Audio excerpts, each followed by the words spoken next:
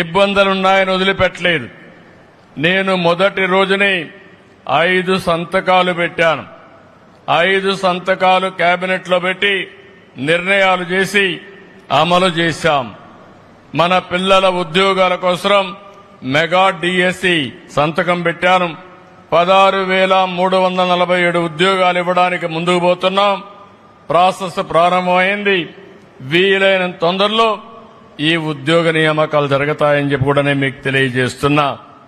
అదే సమయంలో పేదవాళ్ళకి ఏదైతే ఆ రోజు ఒక మాట చెప్పాను, ప్రతి ఒక్క ఇంటికి పెద్ద కొడుకుగా ఉంటా, మీ బాధ్యత తీసుకుంటానని చెప్పి పింఛన్ 4,000 రూపాయలు ఇస్తానని చెప్పాను.